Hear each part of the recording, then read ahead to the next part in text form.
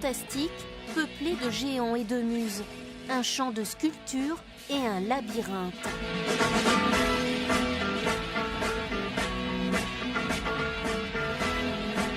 C'est beau, puis c'est bien fait.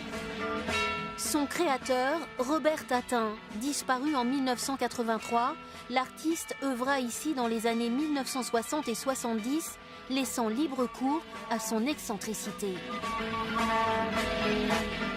Moi, Tatin, voilà qui je suis. Je crois à toujours, toujours, toujours. Le verbe aimer, aimer, aimer, encore aimer.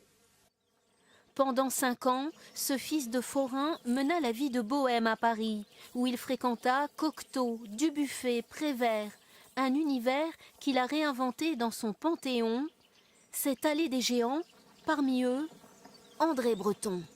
On a l'oiseau sur la langue, là c'est toute la poésie de l'artiste, c'est le chant du poète qui ressemble à un chant d'oiseau.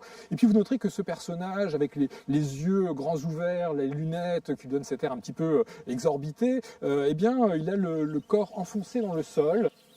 À 60 ans, Robert Tatin décide de s'installer en pleine campagne. En tant que peintre, il bénéficie d'une renommée internationale. Il a voyagé à Paris, à Vence, en Amérique du Sud, à New York, mais c'est ici, dans sa région d'origine, qu'il veut accomplir son chef-d'œuvre monumental. Ce sera sa Maison des Champs. Si le lieu est resté un musée ouvert, c'est grâce aux amis de l'artiste, des fidèles. Ils admiraient l'exubérance du maître qui vivait modestement grâce à la vente de ses tableaux. On fait le ciment, on fait la structure métallique de la statue, et puis après, c'est lui qui passait pour modeler. C'était toujours très, très convivial. Hein. Bon, c'est sûr qu'on n'avait pas toujours droit à la parole parce que Tatin avait un verbe très... Oui. Alors, si bien que on l'écoutait surtout, quoi.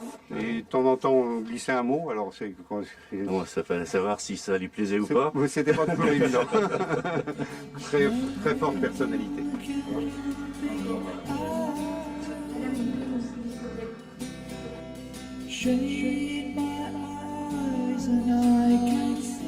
Il voyait presque plus à la fin. Oui. Donc je pense que ce jaune là, c'était cette lumière qui était en lui et qui faisait ressortir. Bonjour, je suis une maison. Allez. Sa maison et son musée attirent plus de 25 000 visiteurs par an. Cette notoriété, Robert Tatin a eu la chance de la connaître de son vivant.